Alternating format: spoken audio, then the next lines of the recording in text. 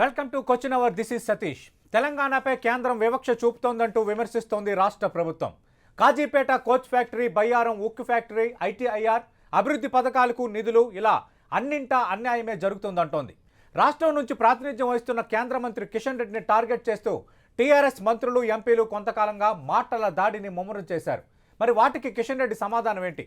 కేంద్రం నుంచి రాష్ట్రానికి నిధులు తెచ్చే విషయంలో ఆయన పాత్ర ఏంటి? టీఆర్ఎస్ వర్సెస్ బీజేపీ తెలంగాణలో కనిపిస్తున్న సీన్. రోజు ఏదో ఒక విషయం మీద రెండు పార్టీల నేతల మధ్య యుద్ధం జరుగుతూనే ఉంటుంది. ఉప్పు నిప్పుల కయ్యానికి కాలు దూపుతూనే ఉన్నాయి. హుజూరాబాద్ ఎన్నికల ఫలితాల తర్వాత తెలంగాణలో రాజకీయాలు వేగంగా మారుతున్నాయి. సీఎం కేసీఆర్ బీజేపీ నేతల మీద, కేంద్రం పైన ఒంటి కాలిపై లేస్తున్నారు. రాష్ట్రానికి ఏం చేశారంటూ ప్రశ్నిస్తున్నారు. రైతు చట్టాలపై బాహాటంగానే విమర్శలు చేశారు సీఎం కేసీఆర్. ధాన్యం కొనుగోళ్ల విషయంలో రోడ్డెక్కి మరీ ఢిల్లీతో కుస్తీకి దిగారు. బొగ్గు గనుల వేలాన్ని వ్యతిరేకిస్తూనే సింగరేణికి గనులు కేటాయించాలంటూ టీఆర్ఎస్ ఆందోళన చేస్తోంది. బయ్యారం ఉక్కు ఫ్యాక్టరీ కోసం పట్టుబడుతోంది. విభజన హామీల కోసం కేంద్రానికి లేఖాస్త్రాలు సంధిస్తోంది. ధాన్యం కొనుగోళ్ల నుంచి బడ్జెట్ కేటాయింపుల వరకు ప్రతి అంశంలోనూ బీజేపీ తీరును ఎండగడుతున్నారు సీఎం కేసీఆర్, టీఆర్ఎస్ నేతలు.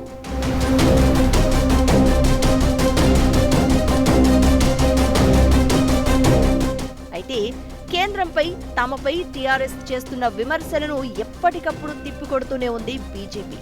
ఏ రేంజ్ లో విమర్శిస్తే అదే స్థాయిలో సెటైర్లేస్తున్నారు. బంగారు భారత్ కోసం జాతీయ రాజకీయాల్లోకి వెళ్తాను అని సీఎం కేసీఆర్ అంటుంటే జైలుకు పంపి తీరుతామంటూ కౌంటర్ ఇస్తోంది బీజేపీ.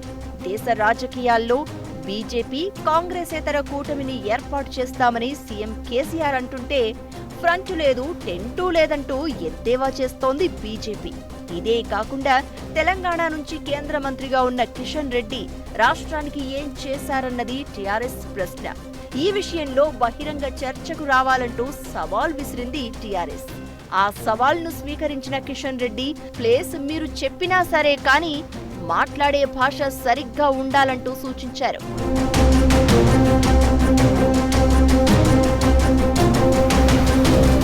తాజాగా బయ్యారం ఉక్కు ఫ్యాక్టరీ విషయంలో రెండు పార్టీల మధ్య జగడం జరుగుతోంది. బయ్యారం స్టీల్ ప్లాంట్ను నిర్మించేందుకు అవకాశాలు లేవని చెప్పిన కిషన్ రెడ్డి ఇక్కడి ఇనుము నిక్షేపాలు నాణ్యమైనవి కావని స్పష్టం చేశారు. దీంతో ఇదే ఇప్పుడు టాక్ ఆఫ్ ది తెలంగాణగా మారిపోయింది. ఇంతకీ తెలంగాణకు కేంద్రం ఇచ్చిన నిధులేంటి? నేషనల్ హైవేస్ పై కిషన్ రెడ్డి సమాధానమేంటి? విభజన హామీల సంగతేంటి? కాజీపేట రైల్వే ఒరాలింగ్ ఫ్యాక్టరీ ముందుకు కదలకపోవడానికి కారణాలేంటి? మేడారం జాతరకు కేంద్రం నిధులెందుకు కేటాయించలేదు? భవిష్యత్తులో టీఆర్ఎస్ తో ఘర్షణ వాతావరణమే ఉంటుందా? కేంద్ర మంత్రి కిషన్ రెడ్డితో క్వశ్చన్ అవర్ లో తెలుసుకునే ప్రయత్నం చేద్దాం. మనతో మాట్లాడడానికి వాటి క్వశ్చన్ అవర్లో పాల్గొంటున్నారు కేంద్ర మంత్రి, బీజేపీ నేత కిషన్ రెడ్డి గారు. నాతో పాటు క్వశ్చన్ అవర్లో పాల్గొంటున్నారు మా తెలంగాణ ఇన్పుట్ ఎడిటర్ కళ్యాణ్.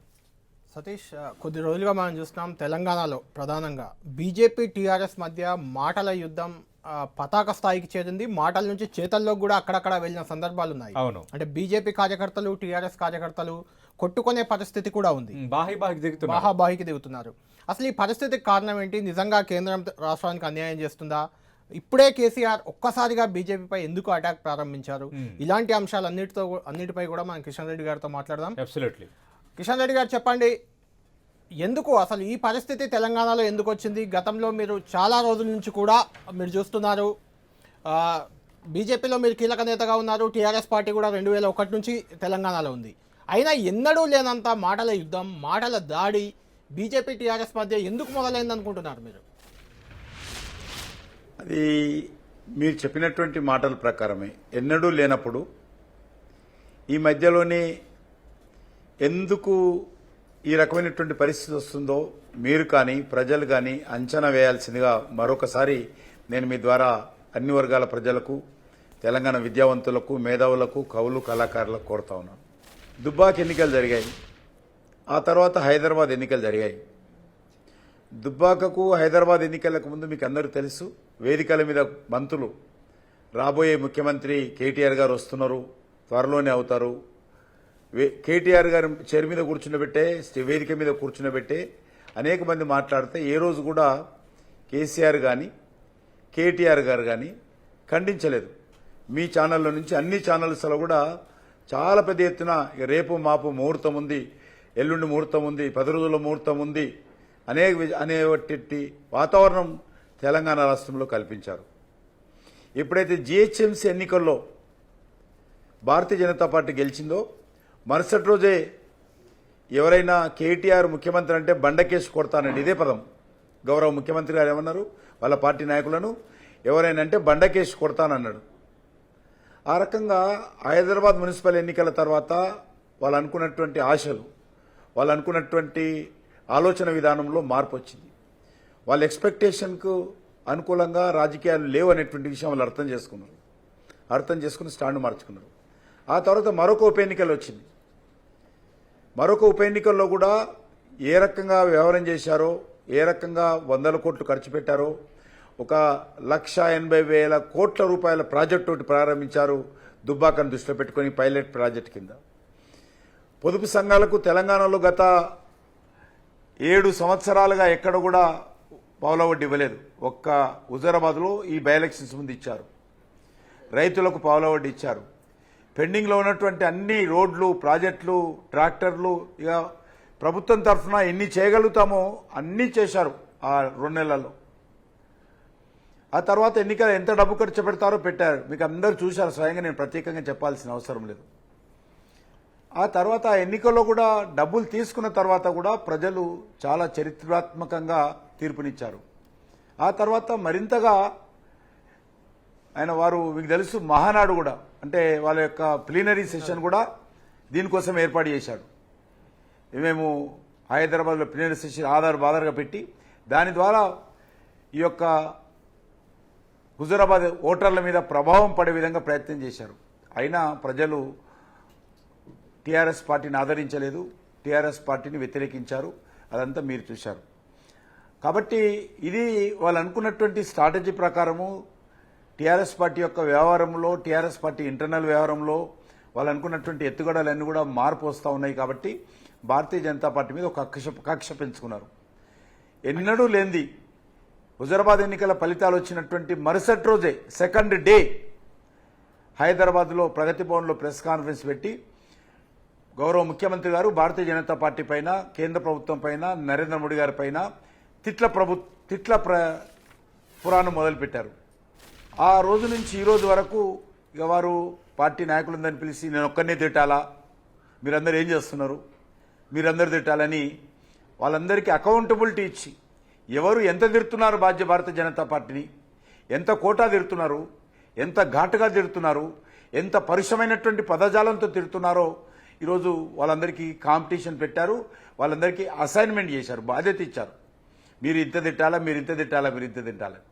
కాబట్టి ఆ రకంగా జరుగుతున్నటువంటి నేపథ్యంలో ఈరోజు తెలంగాణలో బీజేపీ అదేవిధంగా టీఆర్ఎస్ పార్టీ మధ్య ఈ రాజకీయమైనటువంటి ఒక వాతావరణం పెరిగింది. నా దృష్టిలో మాత్రము టీఆర్ఎస్ పార్టీ మాకు శత్రువు కాదు. ఈవెన్ ఏ పార్టీ కూడా, మా కాంగ్రెస్ పార్టీ కూడా మాకు శత్రువు కాదు. మాకు శత్రువు ఎవరు అంటే ఒక మజ్లిస్ పార్టీ లేకపోతే పాకిస్తాన్ మాత్రమే. ఈవెన్ మజ్లిస్ పార్టీని కూడా ఒక్కొక్కసారి మేము చర్చల్లో కానీ కలిసినప్పుడు కానీ ఆ రకంగా చూడం. మా యొక్క నాయకుడైనటువంటి అద్వానీ గారు చాలాసార్లు చెప్పారు, రాజకీయాలలో శత్రువులు ఉండరు, రాజకీయాలలో ప్రత్యర్థులు మాత్రమే ఉంటారు. మనకి ఎవరైనా శత్రువులు అంటే పాకిస్తాన్ మాత్రమే.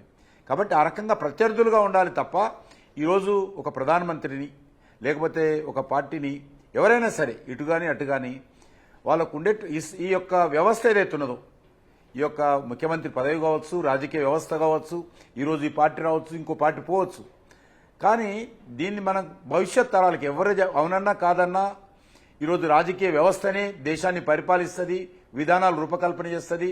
అది సంక్షేమ కార్యక్రమాలు కానీ, అభివృద్ధి కార్యక్రమాలు కానీ, పొలిటికల్ పార్టీసే అధికారంలోకి వచ్చిన తర్వాత ఈ అడ్మినిస్ట్రేషన్ అనేది జరుగుతుంది.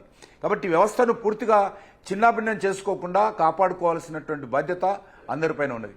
కాబట్టి అది ముఖ్యమంత్రి పదవి కావచ్చు, అది ప్రధానమంత్రి పదవి కావచ్చు, అందరము బాధ్యతగా ఉండాల్సిన అవసరం ఉంది. కానీ ఈరోజు ఆ రకంగా లేదు.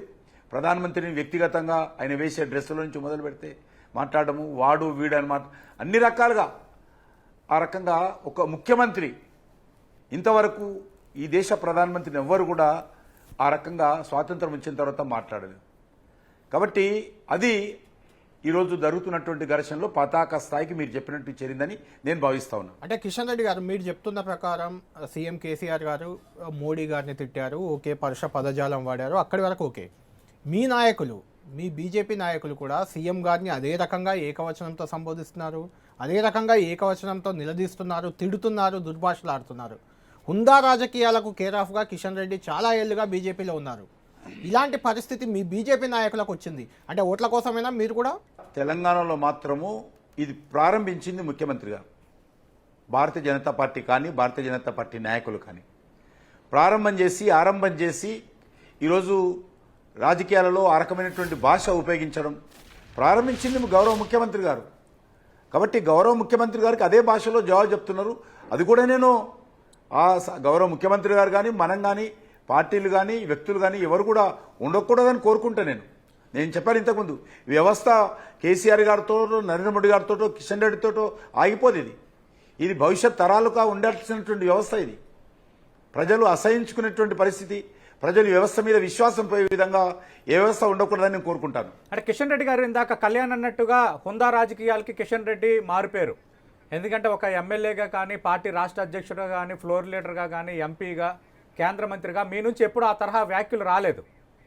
కానీ ఇప్పుడు మీరు అంటున్నారు అంటే కేసీఆర్ మొదలు పెట్టారు, మా నేతలు మాట్లాడుతున్నారని. మరి ఇప్పుడు మీ నేతలకు చెప్తారా ఆ విధంగా మాట్లాడొద్దు, వాళ్ళు మాట్లాడి మనము మాట్లాడితే వాళ్ళకి మనకి తేడా ఏముంటుందని హితబోధ చేస్తారా? తప్పకుండా మా పార్టీలో ఉన్నటువంటి నాయకులు ఇప్పుడు జవాబు మీరు కూడా అది మీలో ఉన్నది, మీలో కూడా చెప్తా ఉన్నాను.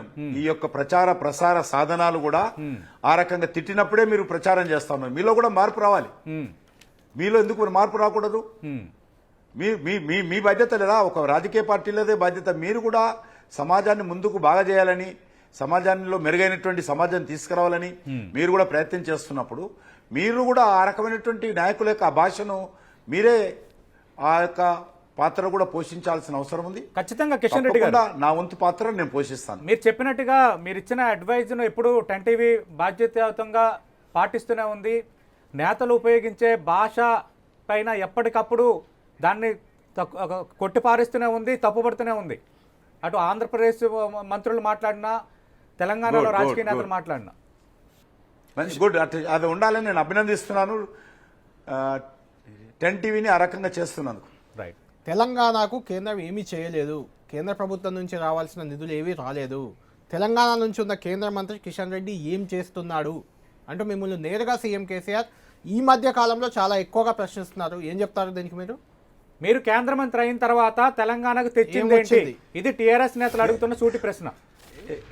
ఎవరైనా ఈ రోజు వరకు ఇది కావాలి మాకు, ఇది మీరు కేంద్ర ప్రభుత్వంలో ప్రయత్నం చేయండి అని ఏ మంత్రి అయినా చెప్పారా? అడగండి ఒక్కరన్నా మీరు.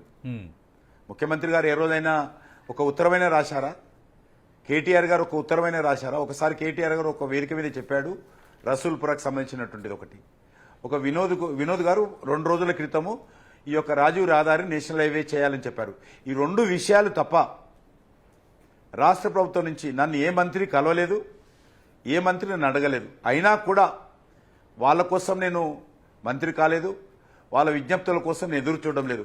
కిషన్ రెడ్డి ఎందుకు అయ్యాడనేటువంటి తిట్టుకోవడమే తప్ప ఏ రోజు కూడా మన తెలంగాణ బిడ్డ, మన తెలుగువాడు కేంద్రంలో మంత్రులు అనేటువంటి వాళ్ళకు ఏ రకంగా ఉన్నటువంటి సద్భావన కానీ, ఒక మంచి భావన కానీ, ఒక ఆలోచన కానీ వాళ్ళకి లేదు. నాకేం అభ్యంతరం లేదు, నన్ను గుర్తించమనో ఏం చెప్పడం లేదు. నేను అనేక ఉత్తరాలు రాశాను. ఏ ఉత్తరానికి ఇంతవరకు గౌరవ ముఖ్యమంత్రి గారి నుంచి చిన్న రెస్పాన్స్ రాలేదు.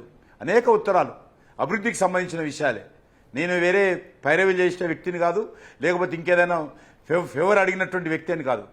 రాష్ట్ర అభివృద్ధికి సంబంధించి తెలంగాణ ప్రభుత్వం చేయాల్సినటువంటి అనేక అంశాల మీద నేను అనేక ఉత్తరాలు రాశాను. ఏ ఒక్క ఉత్తరానికి ఈ రోజు వరకు కూడా నాకు రాలేదు. నాకు ఎవరు రాయలేదు ఉత్తరాలు. నాకు ఏదైనా ఉత్తరం వస్తే తప్పకుండా మీ ద్వారా, మీలాంటి టీవీల ద్వారా ఈ మధ్యలో చెప్తా ఉన్నారు, హుజూరాబాద్ ఎంపీలతో దాడి పెరుగుతుంది. పర్వాలేదు, భారతీయ జనతా పార్టీ ప్రభుత్వము ఖచ్చితంగా ఎవరు అడిగినా, ఎవరు అడగకపోయినా, ఎవరు మెప్పు కోసమో కాదు, ఖచ్చితంగా మా బాధ్యత ఉన్నది. తెలంగాణలో అన్ని రకాలుగా అభివృద్ధి చేయాల్సిన బాధ్యత ఉన్నది. అన్ని రకాలుగా మేము ఈ రాష్ట్ర ప్రజలకు అండగా నిలబడ్డాం. రైతులకు ఈరోజు మేము సాయం చేయడం లేదా? అది తెలంగాణ రైతులు కాదా? ఈరోజు రాష్ట్రంలో పేద ప్రజలకు ఉచిత బియ్యం ఇస్తా ఉన్నాము గత 2 సంవత్సరాలుగా. అది తెలంగాణ పేద ప్రజలు కాదా? ఈరోజు పేద ప్రజలకు 2015 అక్టోబర్ నుంచి ఫుడ్ సెక్యూరిటీ కింద నరేంద్ర మోడీ గారు ప్రధానమంత్రి అయిన తర్వాత 3 కేజీల బియ్యం, 1 కేజీ వెనుక 32 రూపాయలు సబ్సిడీ ఇస్తూ ప్రతి వ్యక్తికి 5 కేజీల చొప్పున బియ్యం పంపిస్తున్నాము. అది తెలంగాణ ప్రజలకు అందదా? ఈరోజు బ్యాంక్ అకౌంట్లు ఓపెన్ చేస్తున్నాం, తెలంగాణ ప్రజలకు అందదా? ఈరోజు ఎరువుల సబ్సిడీ 100% కేంద్ర ప్రభుత్వం ఇస్తుంది, అది తెలంగాణ ప్రజలకు అందదా? మనరేగా కింద తెలంగాణకు నిధులు కేటాయిస్తున్నాం, అది తెలంగాణ ప్రజలకు అందదా? ఈరోజు రామగుండంలో 6,000 కోట్లతో ఎరువుల ఫ్యాక్టరీ కట్టాము, అది తెలంగాణ గడ్డ మీద కట్టలేదా? ఈరోజు ఎయిమ్స్ హాస్పిటల్ కట్టాము, అది తెలంగాణ గడ్డ మీద కాదా? ఈరోజు ఏసీ మెడికల్ కాలేజ్ అద్భుతంగా జరుగుతూ ఉంది, అది తెలంగాణ గడ్డ మీద కాదా? ఈరోజు అనేక రకాలుగా విద్యుత్ శక్తి ఎన్టీపీసీ తరఫున అడిషనల్ చేస్తా ఉన్నాం, అది తెలంగాణ గడ్డ మీద కదా.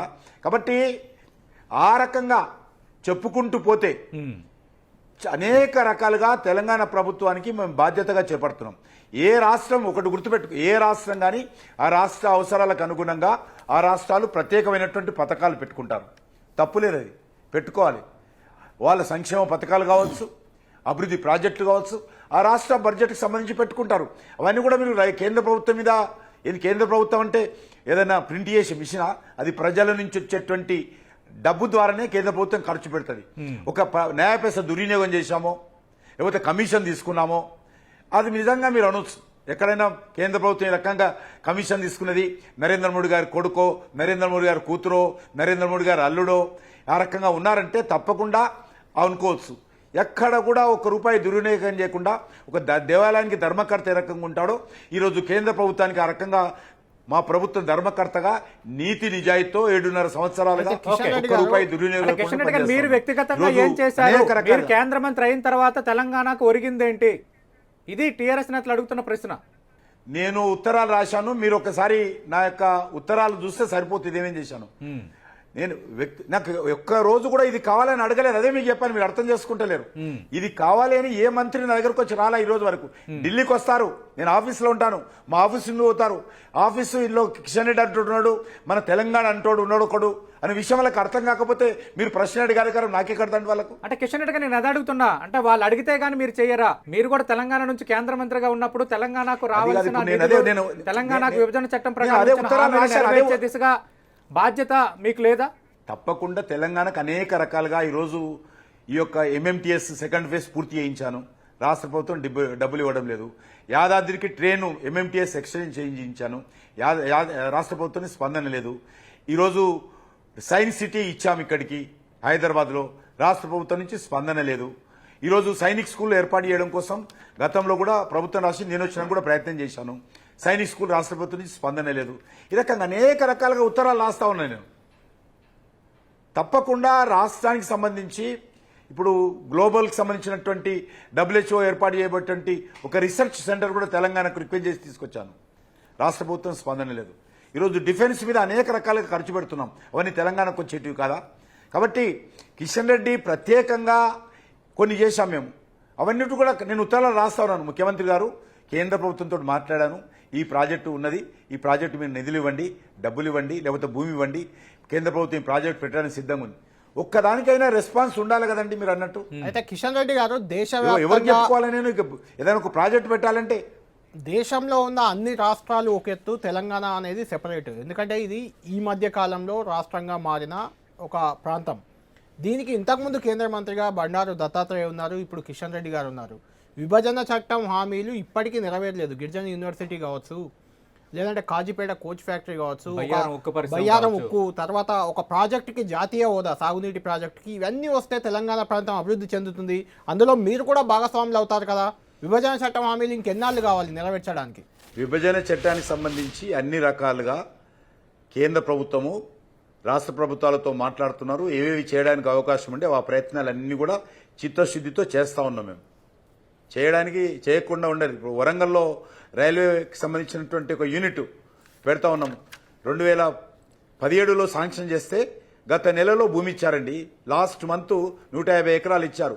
1000 మందికి ప్రత్యక్షంగా, 3000 మందికి వరంగల్లో ఇండైరెక్ట్గా ఉండేటువంటి ఒక రైల్వే ఓరాలింగ్ యూనిట్ అక్కడ ఏర్పాటు చేస్తున్నాం. అవన్నీ కోచ్ ఫ్యాక్టరీకి సంబంధం లేదు కదా. కాబట్టి అనేక రకాలుగా కొత్తవి కూడా చేస్తా ఉన్నాం, అడగనివి కూడా. అంటే రావాల్సిన రైల్వే కోచ్ ఫ్యాక్టరీ లాతూర్కి వెళ్ళిపోయింది, అలాగే డిఫెన్స్ జోన్ అనేది బుందేల్ఖండ్కి వెళ్ళిపోయింది. ఇది ఈ మధ్యకాలంలో టీఆర్ఎస్ నేతలు ప్రస్తావిస్తున్న అంశాలు. ఐటీఐఆర్ ప్రాజెక్టు వచ్చి ఉంటే హైదరాబాద్కు మరింత మహార్దశ పట్టేది, తెలంగాణకు మరింత అభివృద్ధి కళ వచ్చేదన్నది స్వయంగా ముఖ్యమంత్రి అంటున్నమాట. ఐటీఆర్ ప్రాజెక్ట్స్ ఒకటి గుర్తుపెట్టుకోండి, అది తెలంగాణ కోసం చేసినటువంటి ప్రాజెక్టు కాదు. దేశవ్యాప్తంగా కాంగ్రెస్ పార్టీ ప్రభుత్వం గతంలో చేసింది. ఈరోజు కేంద్ర ప్రభుత్వంలో నిర్ణయంలో మార్పు వచ్చింది. తెలంగాణకు వ్యతిరేకం కాదు, అది దేశవ్యాప్తంగా పాలసీలో భాగంగా ఆ ప్రాజెక్టు ఫీజిబిలిటీ కాదు, ఆ ప్రాజెక్టు వల్ల ఉపయోగం ఉండదు అనేటువంటి ఆలోచనతో కేంద్ర ప్రభుత్వం విధానపరమైన, ఉదాహరణకు ఈరోజు కేసీఆర్ గారు ఈ యొక్క నిజాం షుగర్ ఫ్యాక్టరీ తెరుస్తామని చెప్పారు, ఎన్నికల హామీ ఇచ్చారు. వారు ఇవ్వలేదు, కాదన్నాడు. ఎందుకు? పాలసీ విధానం కదా. ఎస్సీని ధర్నా ముఖ్యమంత్రి చేస్తా అన్నాడు, చేయలేదు కదా. 3 ఎకరాల స్థలం ఇస్తామన్నాడు, ఇవ్వలేదు కదా. ఇట్లనే కొన్ని మార్పు, విధానపరమైన మార్పు ఉంటుంది. ఈ ప్రాజెక్ట్ ఏదైతే మీరు చెప్తున్నటువంటి ప్రాజెక్ట్ ఏదైతే ఉన్నదో అది దేశవ్యాప్తంగా తీసుకున్నాం. తెలంగాణలో కానీ తెలంగాణకు సంబంధించినటువంటి రాష్ట్ర ఏర్పాటుకు సంబంధించినటువంటి చట్టంలో కూడా అది లేదు. తెలంగాణ ముఖ్యమంత్రి కేసీఆర్ ఫెడరల్ స్ఫూర్తికి వ్యతిరేకంగా కేంద్రం వ్యవహరిస్తోందంటూ మిగతా బీజేపీయేతర ముఖ్యమంత్రులను కలుపుకుంటూ ఒక ఫ్రంట్ ఏర్పాటు దిశగా అడుగులేస్తున్నారు. దానిపై మీ కామెంట్? అది మేము ఆ మాట విని, ముఖ్యమంత్రి గారు ఫెడరల్ స్ఫూర్తి అనేటువంటి మాట విని నవ్వాలో ఏడవాలో అర్థం కావడం లేదు. ఎక్కడ ఫెడరల్ స్ఫూర్తికి వ్యతిరేకంగా తెలంగాణ విషయంలో వివరించామో చెప్పానండి. నెంబర్ 1 ఒక్కటి. రెండోది, ఈరోజు ఫెడరల్ స్ఫూర్తి అంటే ముందు వీళ్ళకు వర్తించదా? వీళ్ళు ఈ రాష్ట్రంలో ఏ రకంగా బీజేపీ మున్సిపల్ కార్పొరేషన్స్ ఉంటే, బీజేపీకి సంబంధించినటువంటి కౌన్సిలర్స్ ఉంటే, బీజేపీకి సంబంధించినటువంటి సర్పంచులు ఉంటే, ఒక్క రూపాయి ఈ రాష్ట్ర ప్రభుత్వము ప్రతిపక్ష పార్టీ, అది కాంగ్రెస్ పార్టీ ఉన్నా కూడా ఎంత వేధింపులకు గురి చేశారో మేమేమైనా చేశాం అక్కడ? ఇదా ఫెడరల్ స్ఫూర్తి అంటే మీరు చేసేది? ఎంతమంది ఎమ్మెల్యేలను, కాంగ్రెస్ పార్టీ ఎమ్మెల్యేలను ఫిరాయింపు చేసుకున్నారో ఇది ఫెడరల్ స్ఫూర్తికి అనుకూలమా? ఇది బంగారు తెలంగాణ అయిపోయింది. మొన్న ముఖ్యమంత్రి గారు చెప్తున్నారు బంగారు తెలంగాణ అయిపోయింది, ఇక బంగారు భారత్ చేస్తానన్నారు. ఎక్కడ బంగారు తెలంగాణ అయిపోయింది? ఉద్యోగాలు లేకుండా, ఇస్తామన్నటువంటి హామీ అమలు చేయకుండా ఈరోజు వాళ్ళకి ఎన్నుపోటు పొడిస్తే చాలా మంది ఆత్మహత్యలు చేసుకుంటున్నారు. ఎక్కడ బంగారు తెలంగాణ వచ్చిందో నాకైతే అర్థం కాలేదు. మీరేమో కేసీఆర్ను జైలుకు పంపుతా అంటున్నారు, కేసీఆర్ ఏమో బీజేపీని తరిమి కొడతామంటున్నారు. ఎప్పుడు జరుగుతాయి ఈ రెండు? ఈ రెండిట్లో ఏది ముందు జరుగుతుంది కిషన్ రెడ్డి గారు? ఆయన తరిమి కొడతాం కాదు, భారతదేశం నుంచి తరిమి కొడతారు నుంచే. అవును, ఇక్కడ తరిమి కొట్టడం కాదు, దేశం నుంచే తరిమి కొడతారట. ఇది ఎట్లా కొడతారో, ఏ ప్రతిపాదన కొడతారో, ఎట్లా ఆయన ప్రధానమంత్రి అయిన తర్వాత ఏ చట్టం ద్వారా మమ్మల్ని భారతదేశం తరిమి కొడతారో తెలియదు.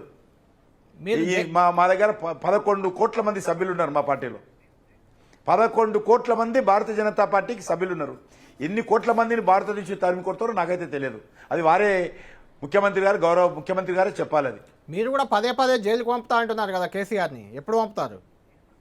అంటే మీ పార్టీలు అనేక రకాలుగా మాట్లాడతాయి, అనేక రకాలుగా ఉన్నటువంటి విషయాల్లో.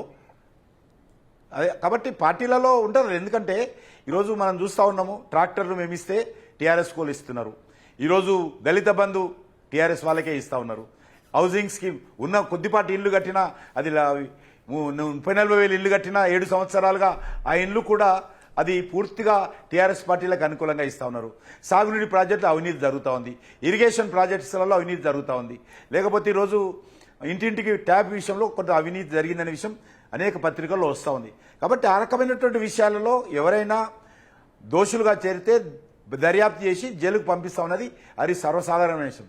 మేము ఎప్పుడు కూడా కేంద్ర ప్రభుత్వం కానీ, లేకపోతే ప్రధానమంత్రి గారు కానీ, హోంమంత్రి కానీ ఎప్పుడు కూడా ఆ రకమైనటువంటి, ఈ ముఖ్యమంత్రి కాదు ఏ ముఖ్యమంత్రి గారి గురించి మేము మాట్లాడలేదు. మీ పార్టీ అధ్యక్షుడు బండి సంజయ్ ఉదయం లెగిస్తే కేసీఆర్ ని త్వరలోనే జైలుకి పంపిస్తాం, ఓచులు లెక్క పెట్టడానికి సిద్ధంగా ఉండండి అని పదే ప్రకటనలు చేస్తున్నారు.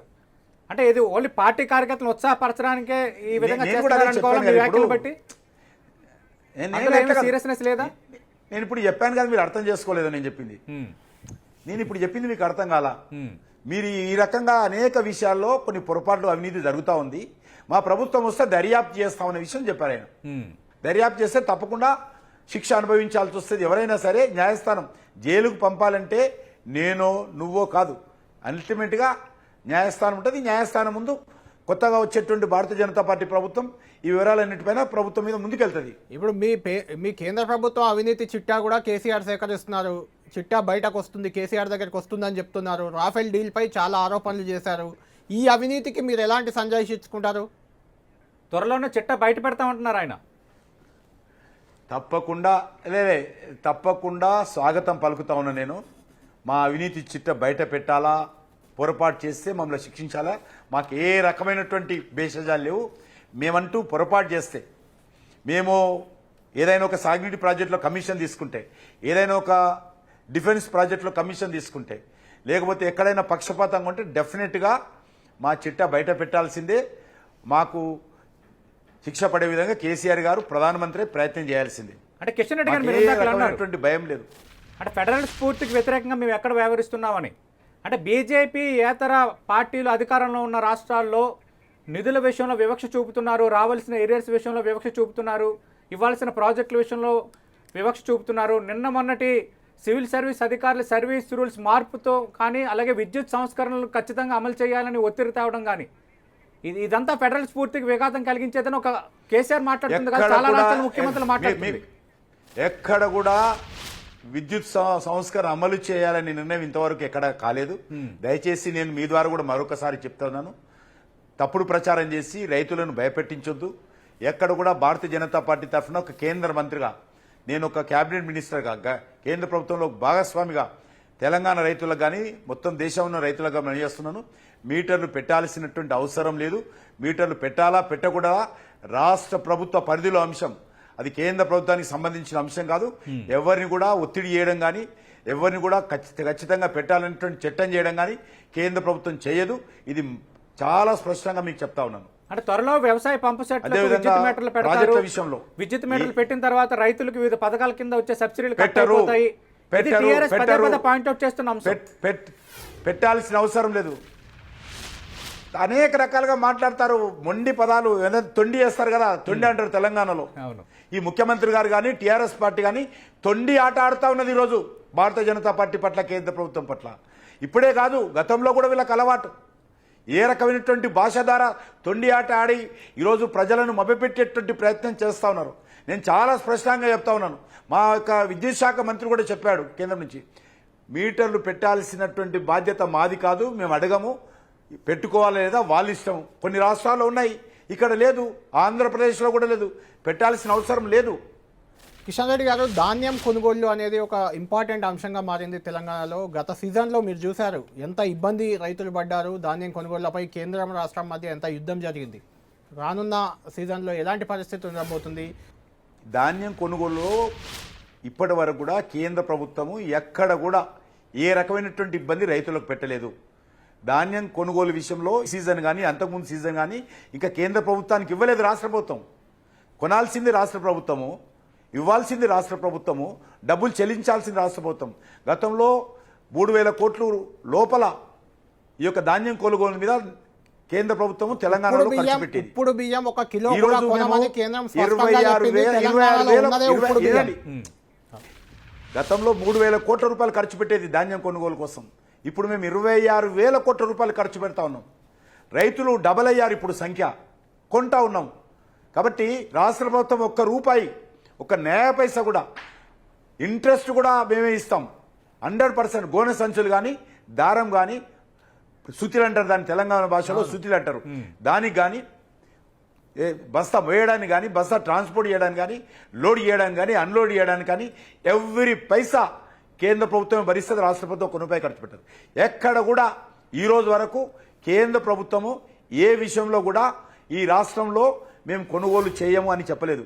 ఈ యొక్క బాయిల్ రైస్ బదులు రా రైస్కే ప్రాధాన్యత వచ్చే విధంగా చర్యలు తీసుకోవాల్సిన అవసరం ఉంది.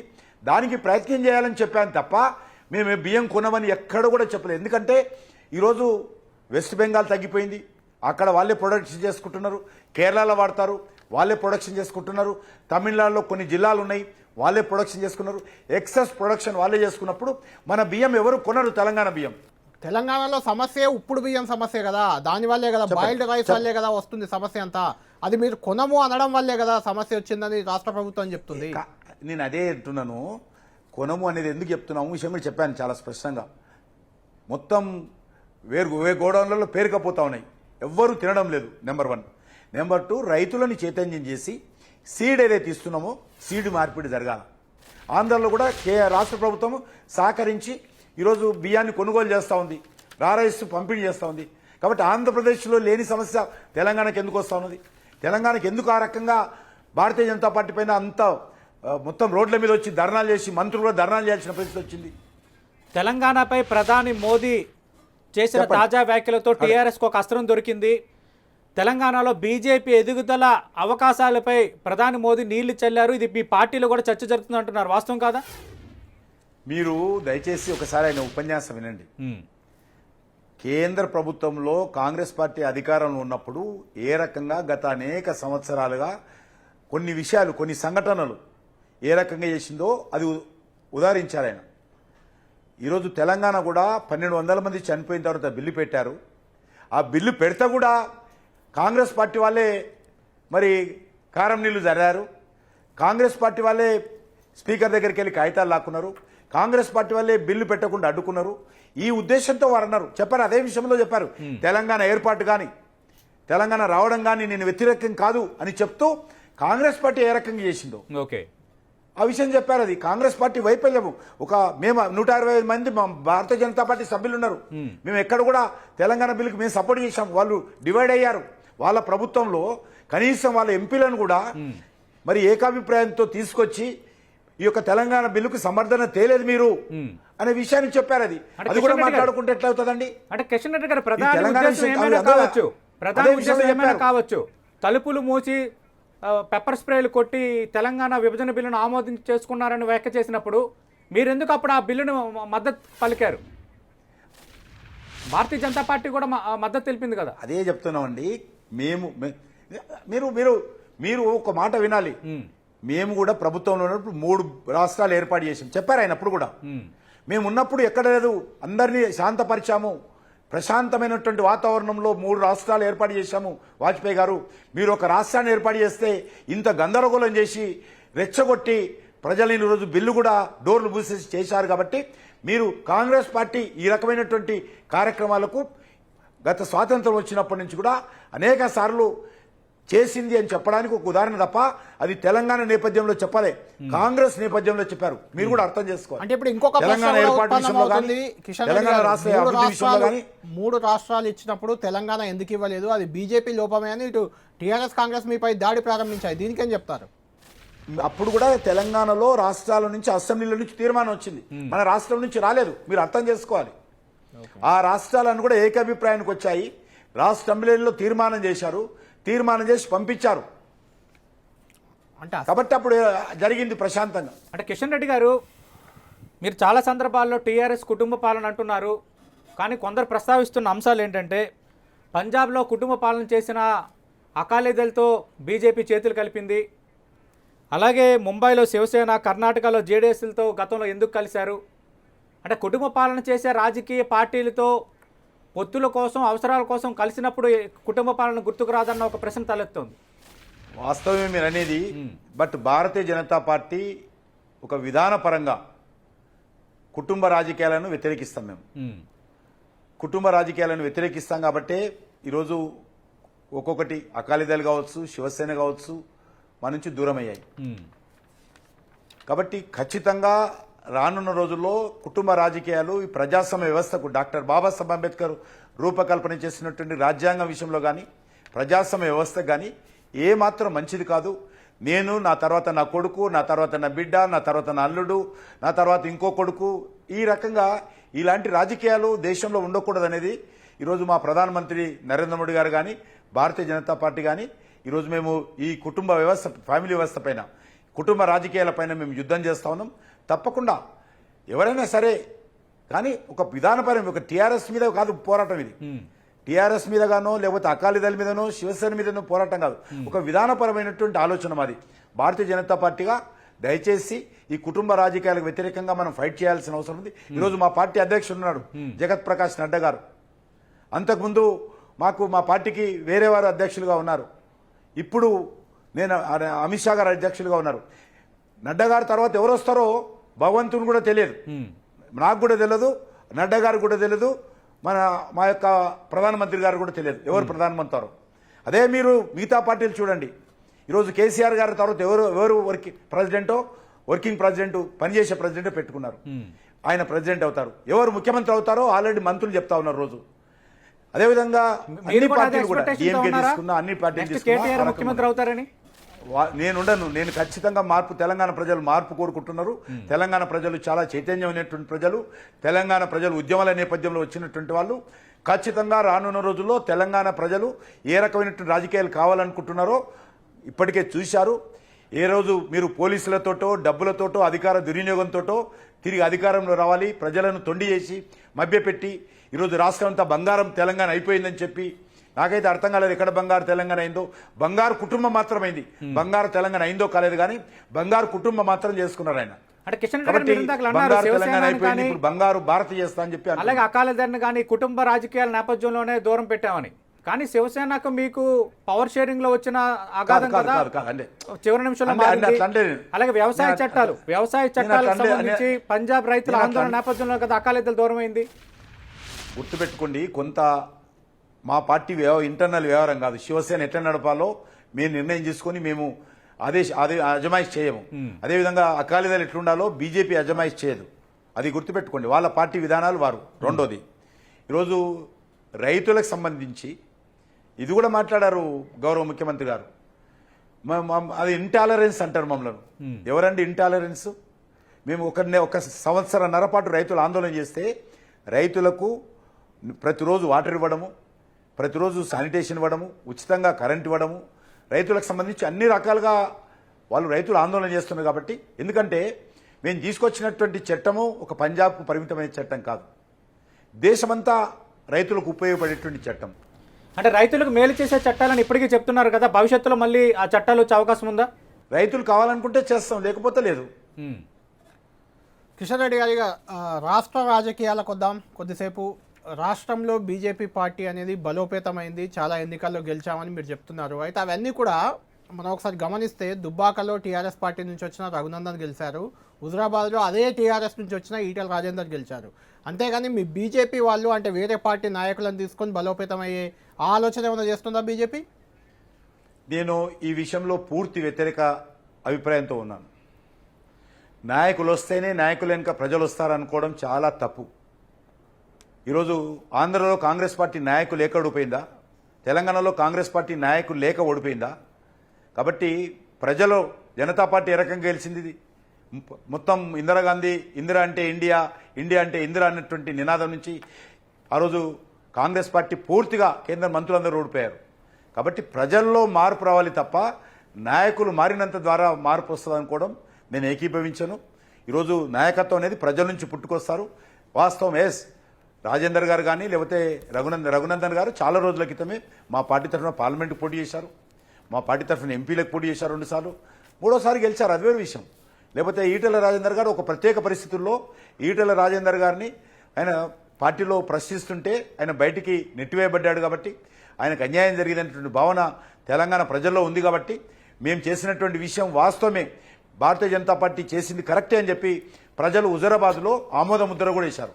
ముఖ్యంగా రాష్ట్ర బీజేపీలో 2 గ్రూపులు ఉన్నాయి. ఆ 2 గ్రూపులకు ఒకదానికి కిషన్ రెడ్డి కేంద్ర మంత్రి నాయకత్వం వహిస్తున్నారు, మరోదానికి బండి సంజయ్ నాయకత్వం వహిస్తున్నారు. ఇలాంటి ప్రచారం పార్టీలో ఉంది. నిజంగానే బీజేపీలో గ్రూపులు ఉన్నాయా మీ మధ్య?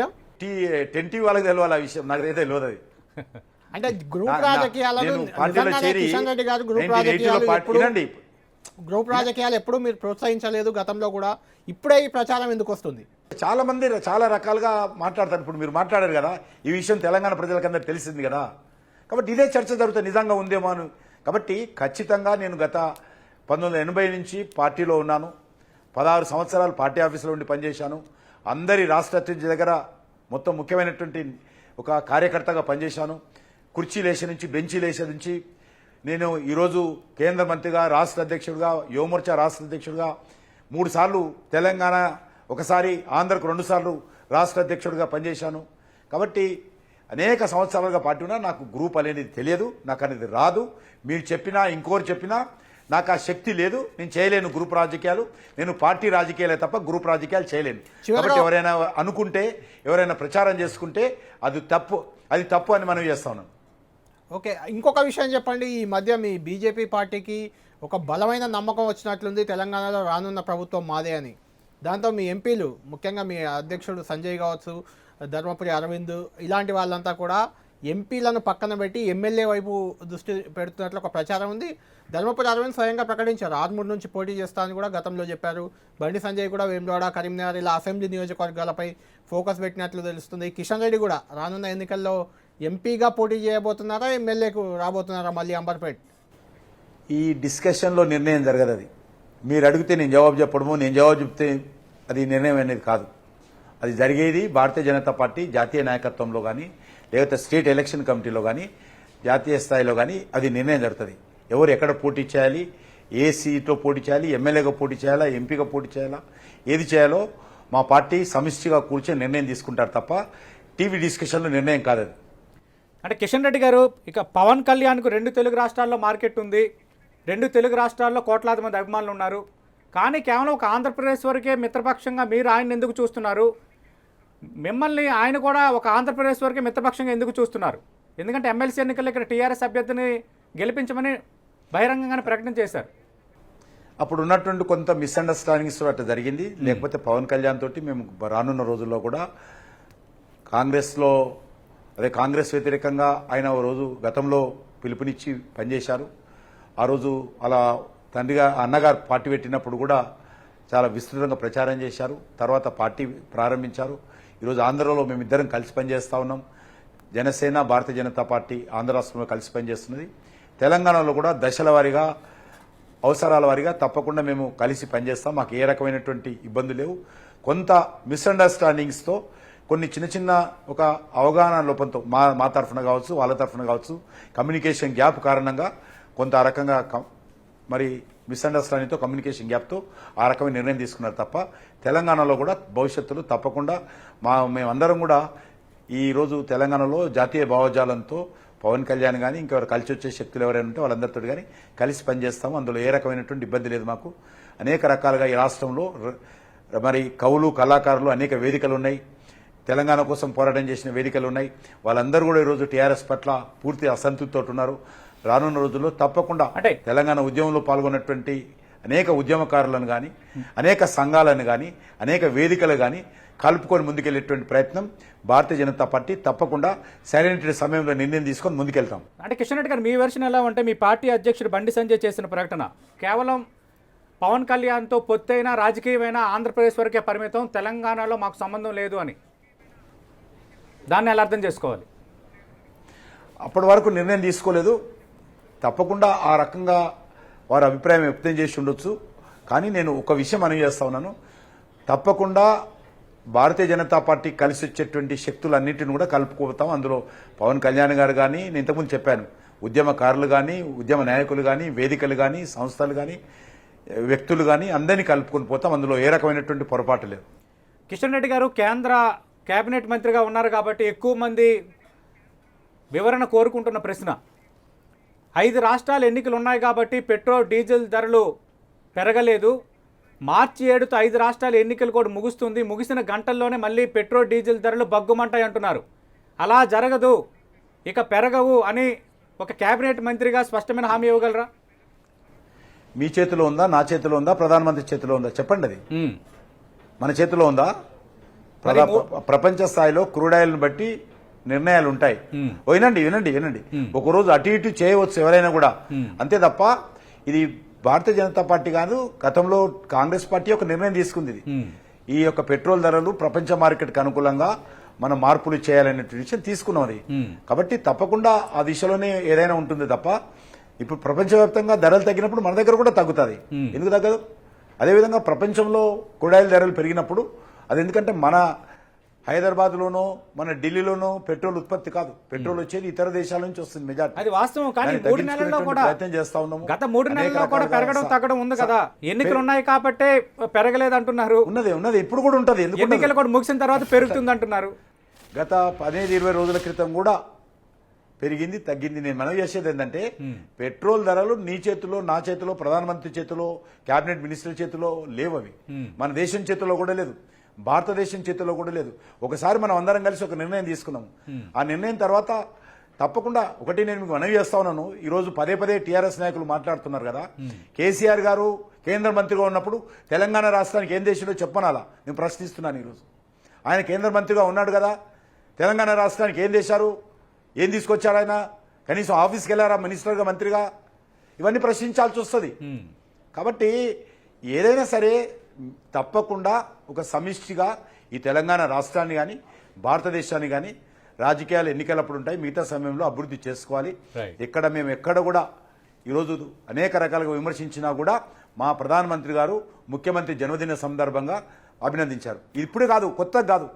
మా ప్రధానమంత్రి అయిన ప్రతిసారి కూడా ముఖ్యమంత్రి గారిని ప్రతి జన్మదినోత్సవంలో కూడా అభినందించేటువంటి కార్యక్రమం. మేము కొత్తగా చేసే కార్యక్రమం కాదు.